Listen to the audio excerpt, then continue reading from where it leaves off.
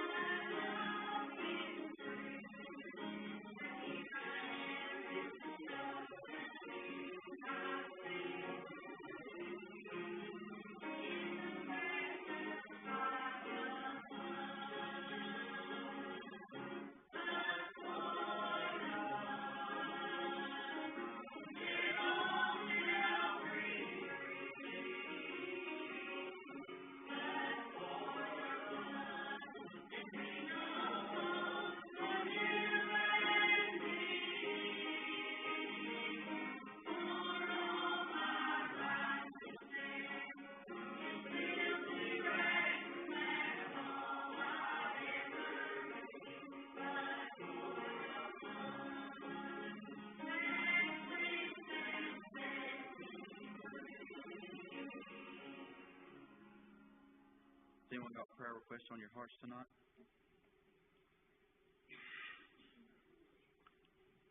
Just to remember this.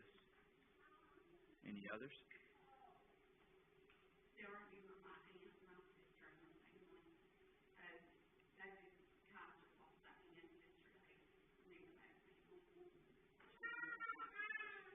Just to remember this. Any others?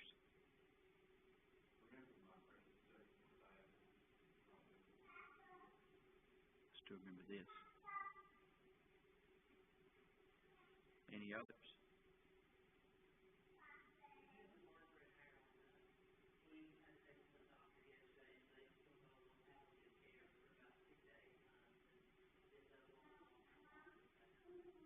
Just to remember this. Any others?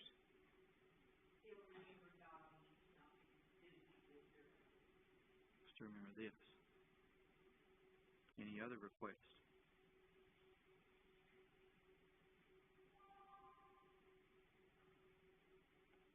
If not, Chris, would you listen?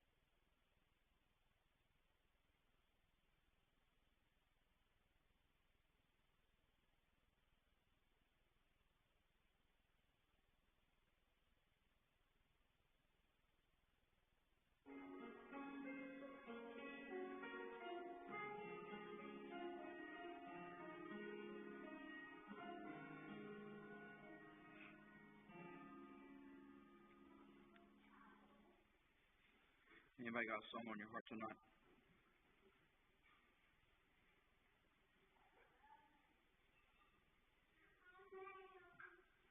Okay. It's good to be in God's house tonight. It's good to see each and every one of you all that's here, and hope and trust that you've had a wonderful week, and just took time to thank God for the blessings that you have and pray for somebody that's lost. And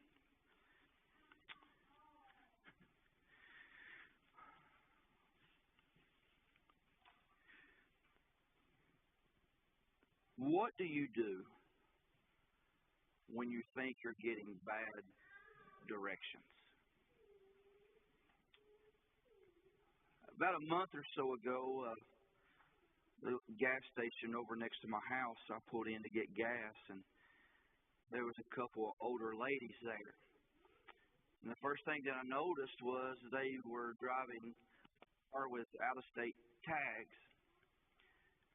So they asked me, said, "We're trying to get to Morristown."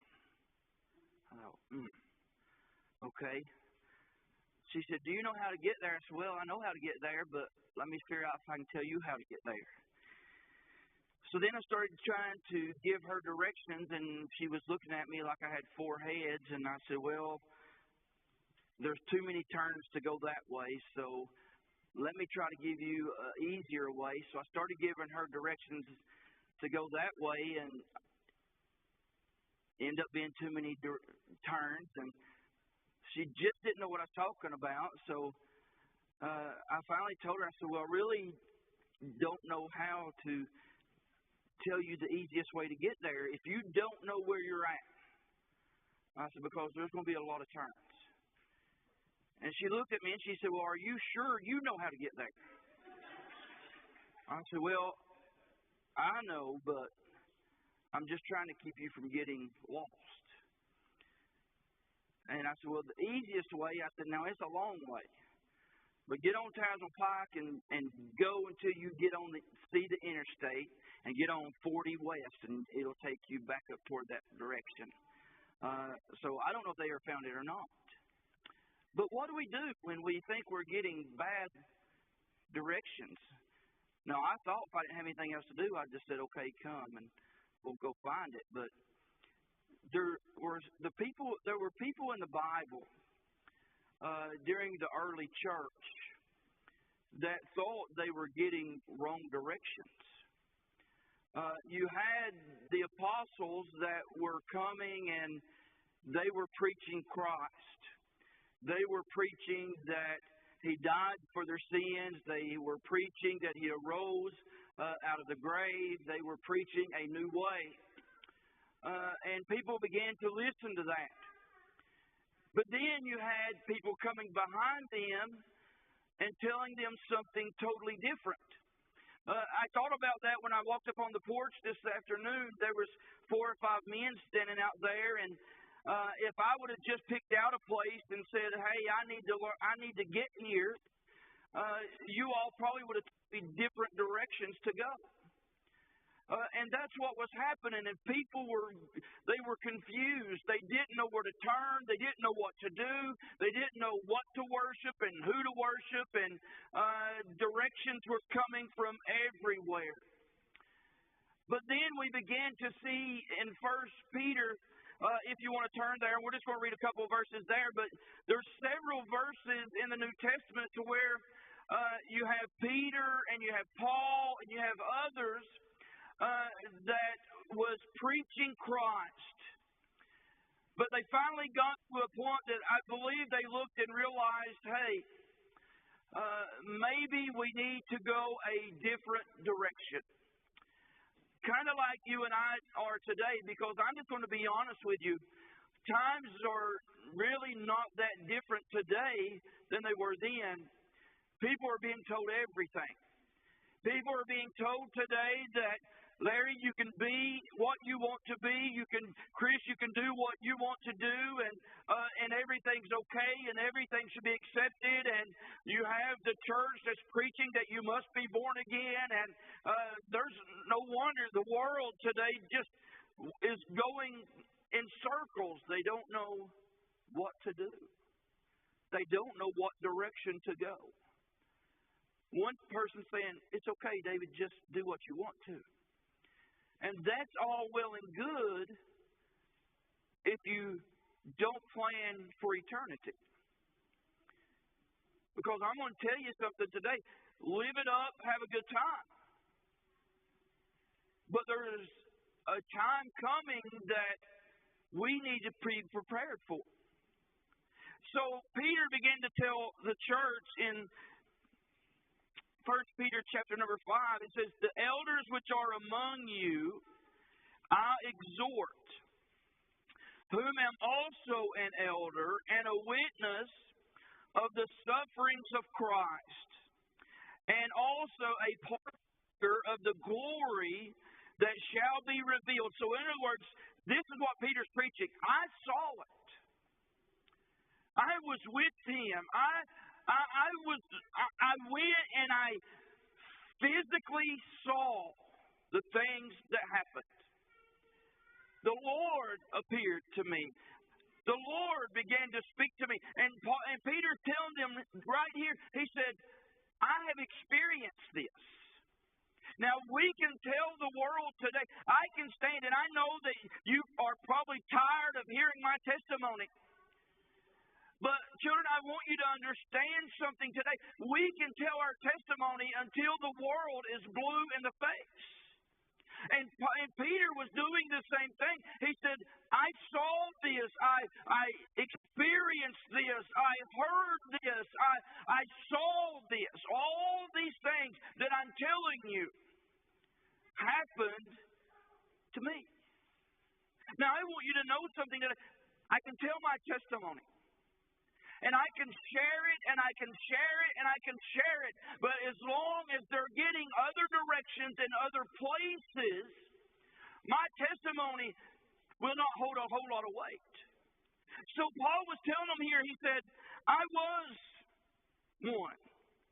But verse number 2, he says, feed the flock of God, which is among you, taking the oversight, therefore, not by constraint, but willingly, not for filthy lucre, but of a ready mind.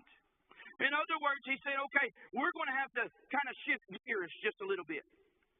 Because if I'm standing and telling you directions to get here, and they're sitting telling you the directions to get there, he said, then there's only one other thing to do. Is to get in the car in front of you and say, follow me. Now, I want to tell you something right now. I wouldn't have any trouble with that. As long as you're willing not to head out down the road and say, okay, I'm in the lead, and David, you better keep up, and all these things that are going on. That's not what Peter was saying. He said, I want you to understand something. We need to feed the flock. We need to let them see and realize today what direction that they need to go in.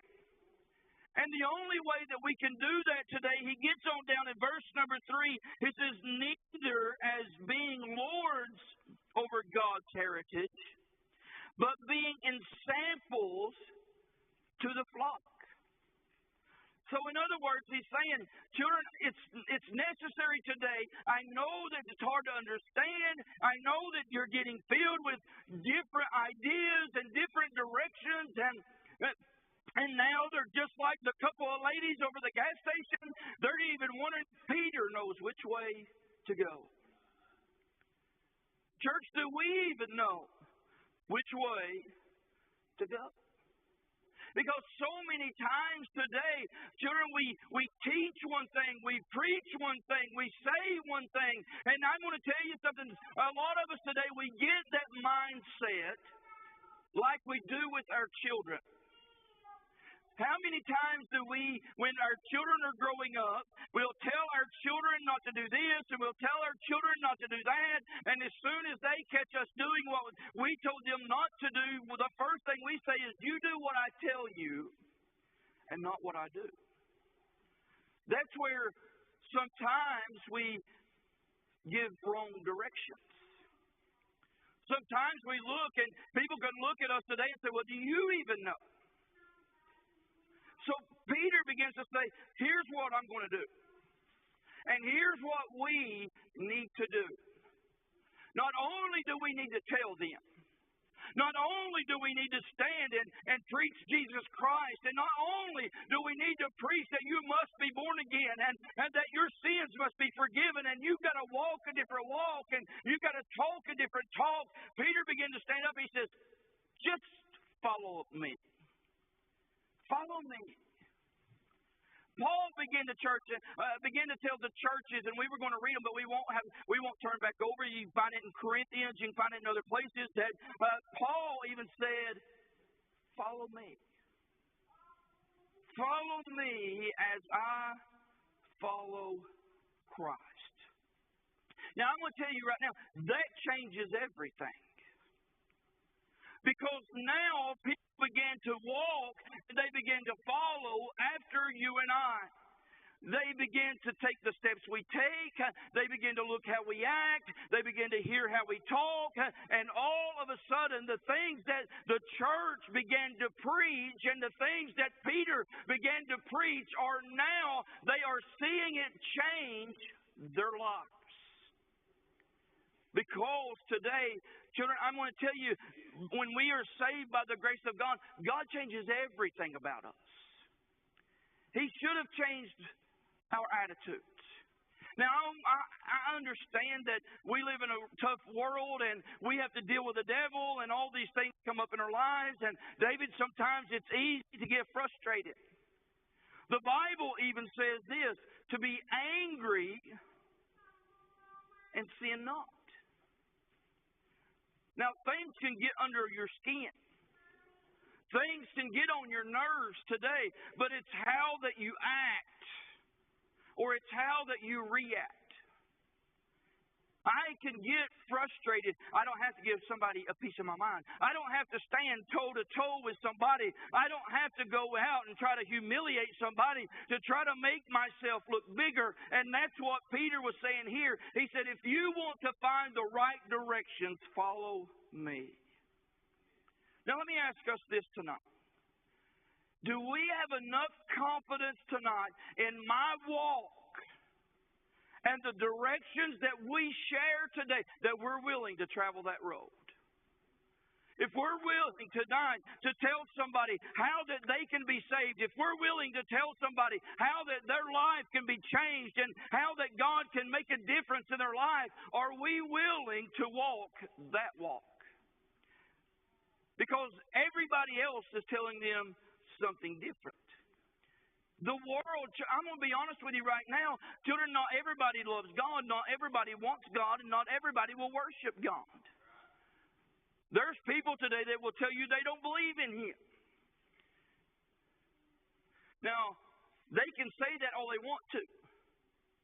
But I believe that God, when God breathed into the nostrils of Adam the breath of life, and Adam became a living soul, I believe there's something special in human today that's different than everything else. And if the birds can get up and sing, and if everything else today can praise the Lord for the day, for the sun, all these things that are going on, children, I'm going to tell you something right now. I don't believe today that you can believe that there's not a God.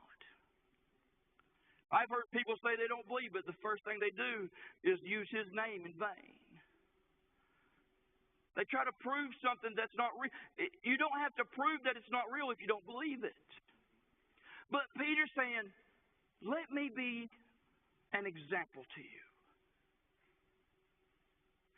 Those ladies, if I'd have just jumped in my car and said, follow me, wouldn't be no problem at all. Wouldn't be no problems. If we as a church would stand up and say, hey, follow me. Follow me as I follow Christ. Now, we've got to be careful when we make that statement, though. Because the Bible, Paul said one time that there was a bunch of people. He said, my heart's in prayer to God for Israel is that they might be saved. He said they have a zeal of God, but not according to knowledge. So I want you to understand today, we've got to be careful today that when we say follow me, that we're actually going to follow God. That's the only way that we'll get out of the place to where there's confusion in this world we live in. That we be able to be a light to those that are lost and undone. Have you ever just sat and thought about people that have inspired you to do better? People that have inspired you to work harder for God, to dedicate yourself more to God. And children, those people that has had a great impact in your Christian walk with God. You remember those people? Now, let me ask you this. Are we one of those people? Because we're living in a world that are getting crazy directions. We're living in a world today that people that say that they're children of God are throwing out advice today that is only making things worse. If we want a difference in our world, we got to have a difference in us. Wonder today, do they look and say, Landon, do you even really know? Do you really know? I didn't know what to say. When that woman looked at me and said, well, do you even know how to get there? When we're sharing with the world today about Jesus Christ, do they look at our life and say, do you really know? Do we give mixed directions today? Paul said, follow me. Peter said, follow me. That we might be examples of some.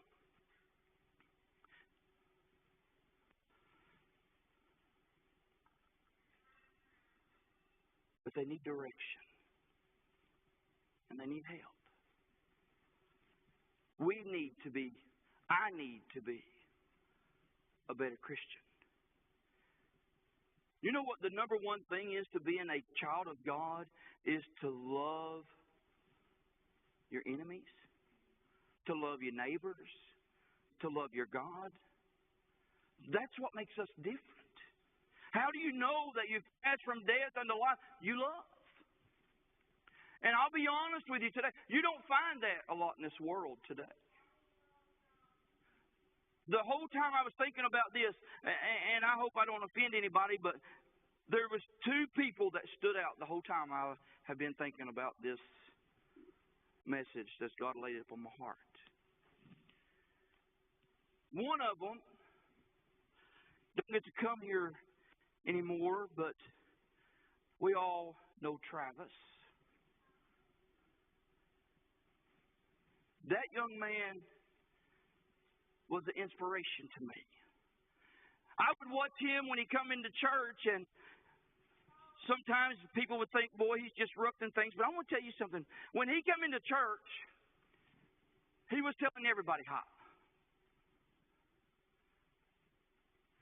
He was friendly, or is friendly.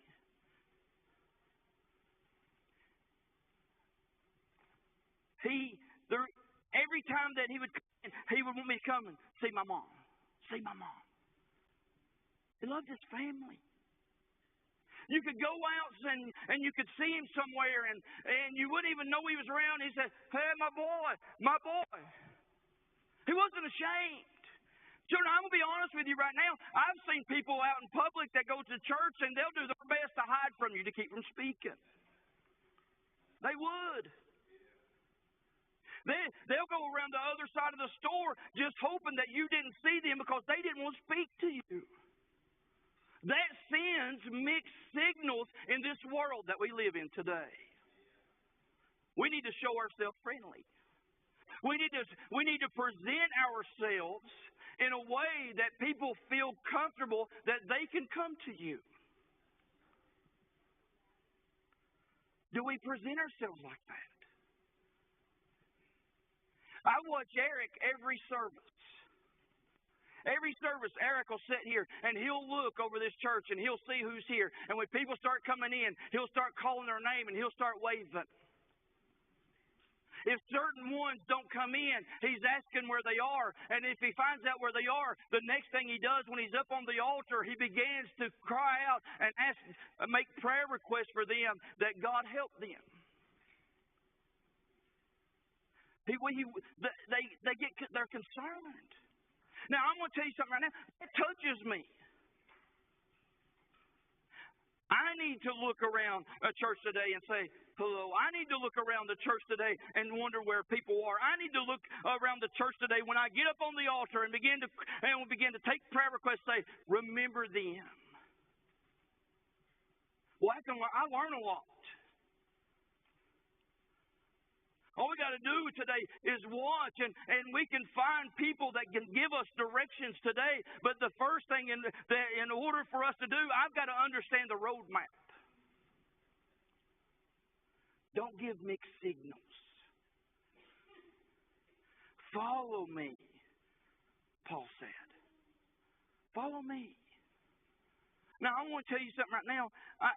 When I first started looking at this, I thought, why in the world are they saying follow me? Why not follow the Lord? They were getting mixed directions about Jesus. They were getting mixed directions about Scripture. So they didn't know how. Children, can I tell you something today? And I was talking to somebody here the other night.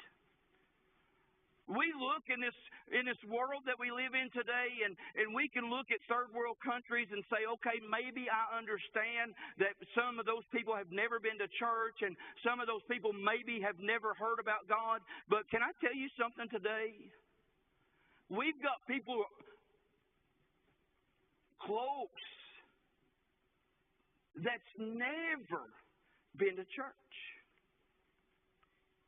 We've got children in Union County that has never been in church. We've got kids in Union County that has never heard about Jesus.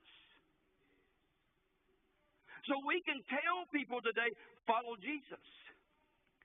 We can tell people today, follow the Bible. But what if those people were doing the same things that these people were doing? They had people coming and telling them everything different.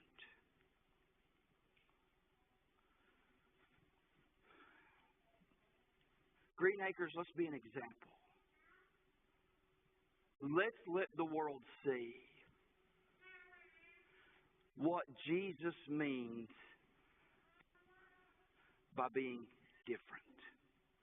What Jesus means by having an abundant life. What Jesus means when He says those that the Son has set free are free indeed. What Jesus means when it says that we know that we pass from death into life because there's a love about us. That's how we win people. That's how Paul and Peter and the apostles began to win people. They were getting mixed directions. And finally, these men stood up and said, follow me.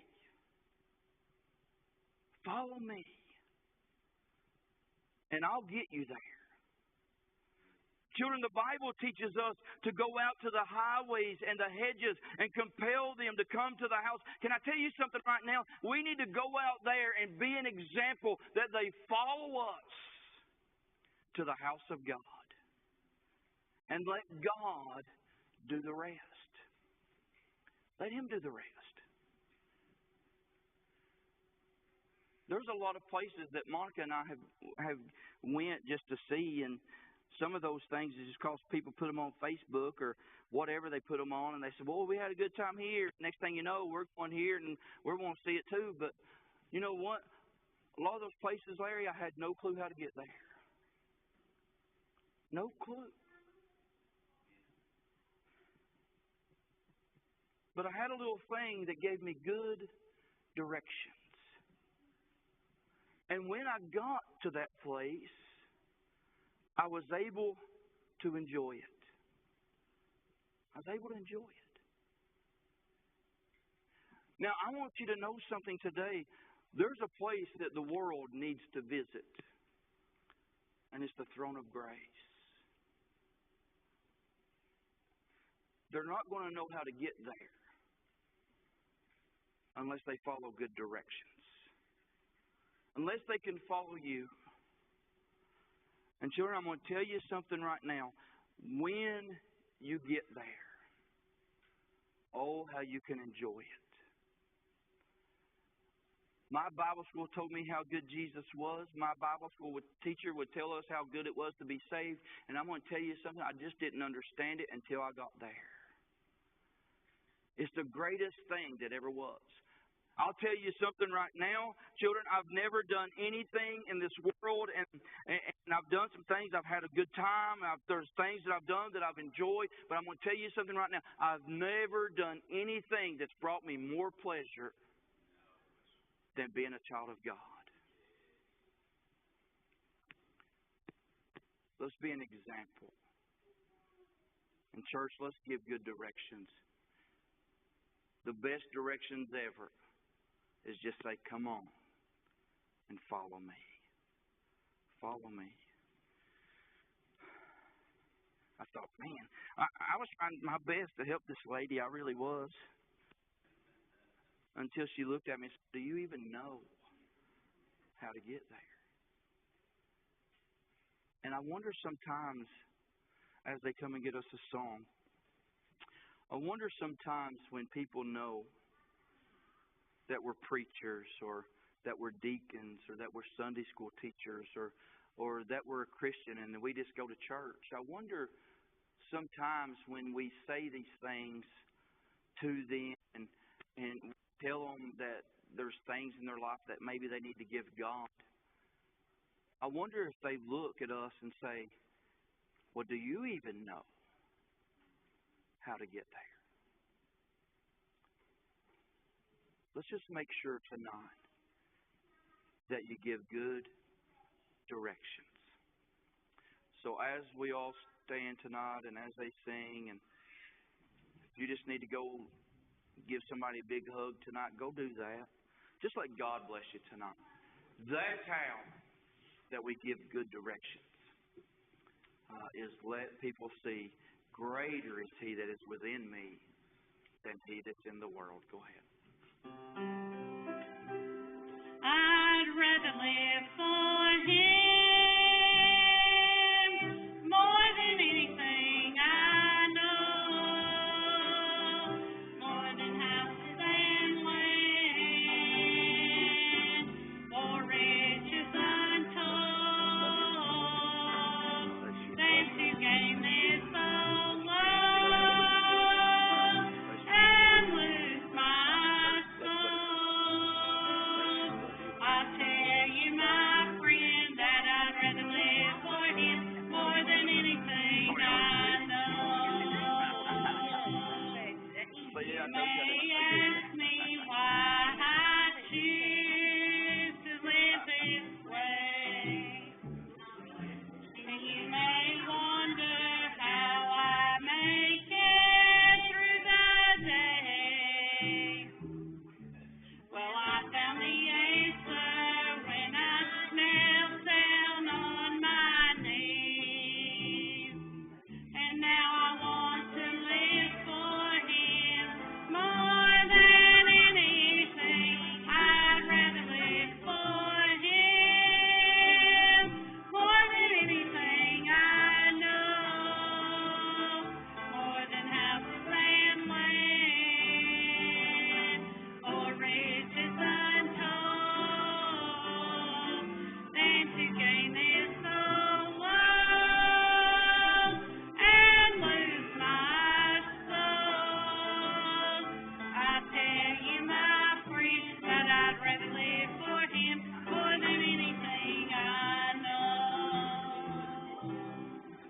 But these earthly things will ruin and decay, and that doesn't matter. I won't need them anyway,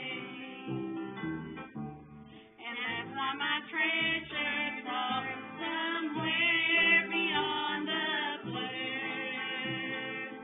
I've given Him my everything. Now it's all up to you. I'd rather live for Him more than anything I know, more than houses and land,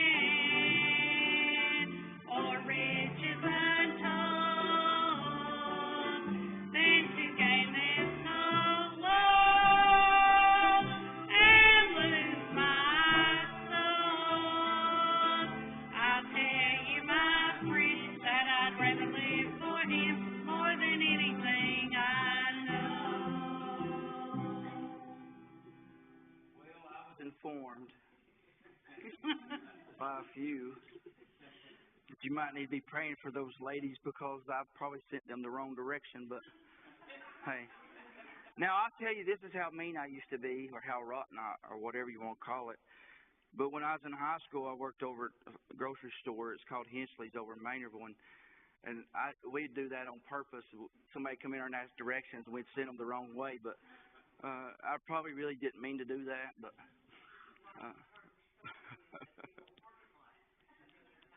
hey, yeah. GPS could ever say, Tim, you're stupid. First time I ever used a GPS, ever, was we went to SeaWorld. Okay? Now, I didn't have no problem following it down there. Well, I got in the park. Now, we was in the parking lot, and it said, calculating route. It said, pull out. It said, take a right. So I took a right.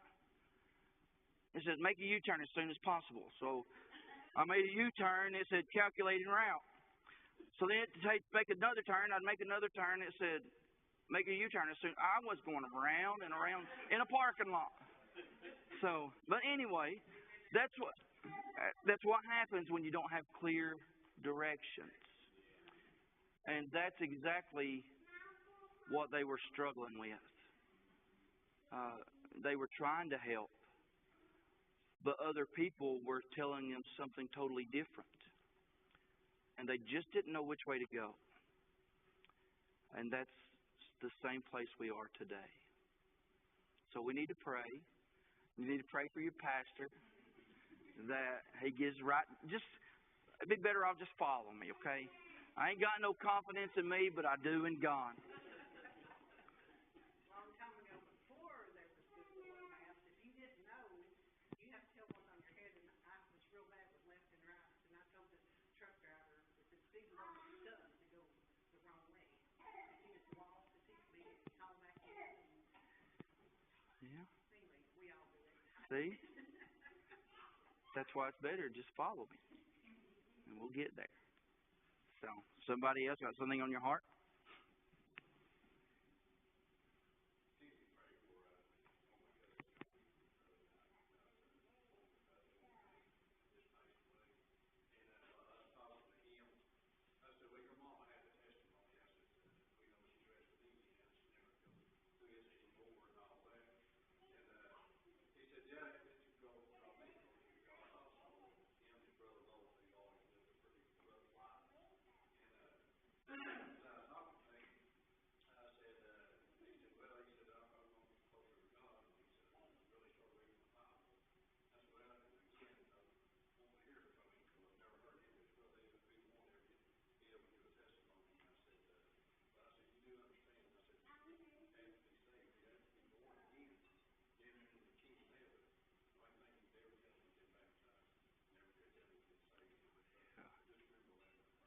Yeah, do remember that.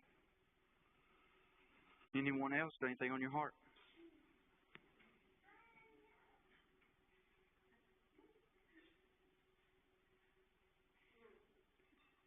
All right. Are you glad you're saved? All right. Do remember next Wednesday night, is that right? Youth in Action will be packing their shoe boxes down there. The 17th. Anybody that's packing shoe boxes here at the church, I'll be packing shoe boxes after the morning service that morning in Fellowship Hall, so do remember that. November the 9th is the day that the church is going to the movies to watch the greatest little Christmas pageant ever. So if you got signed up, need the money turned in by Sunday. November the 10th, that Sunday night, we'll be having a singing here. We'll be taking up a love offering for Mindy Crawford and her family. So do continue to remember them when you pray. Any other announcements coming up? I talked to Mindy today. She said her scan has come back clear, which is good. But she has walking pneumonia, but she has no symptoms. So they're going ahead and treating her. And Lily has it. But Mindy said a lot of times they have flu. But they are treating her for that. But the good news is her scan did come back. Good.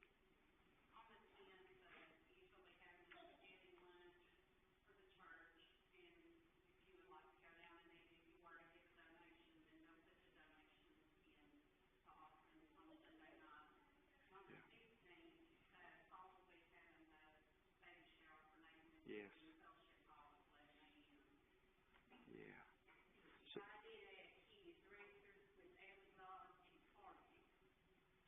yeah.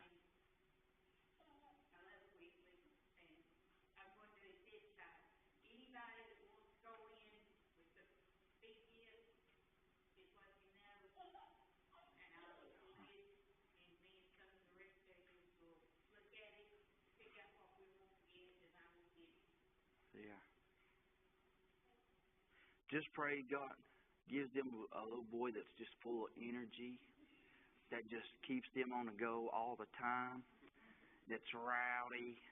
Oh, yeah. All right. So do remember that. And then November the 24th, that Sunday morning, that's during that service we'll be having a baptizing. Okay, so do remember that. All right.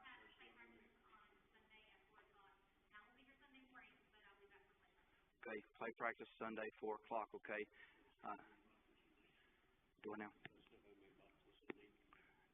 And if you need to let Daryl know how many boxes you need if you're going to be packing shoe boxes. Okay. All right. Are you glad you're saved? All right, buddy. Go pray and come and pray in your liberty.